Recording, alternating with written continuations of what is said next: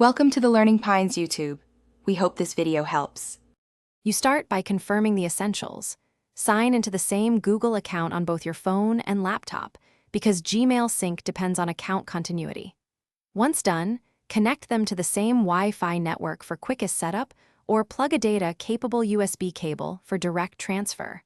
Make sure phone screen is unlocked and notifications allowed so prompts appear.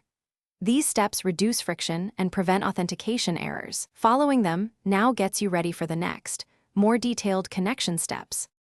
Now move into linking and syncing. Open Gmail on your phone and check settings, right arrow accounts, right arrow Google, right arrow sync Gmail. Enable it to push mail to the laptop. On the laptop, open Gmail in your browser and confirm you're signed into the same account. Watch for a verification prompt on your phone to confirm the device. If using USB, enable file transfer or tethering on the phone.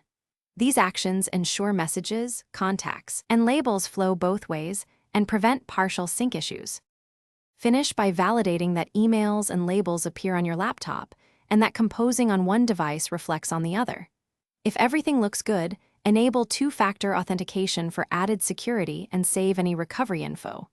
If you run into problems, try a quick restart of both devices and re-authenticate the Google account.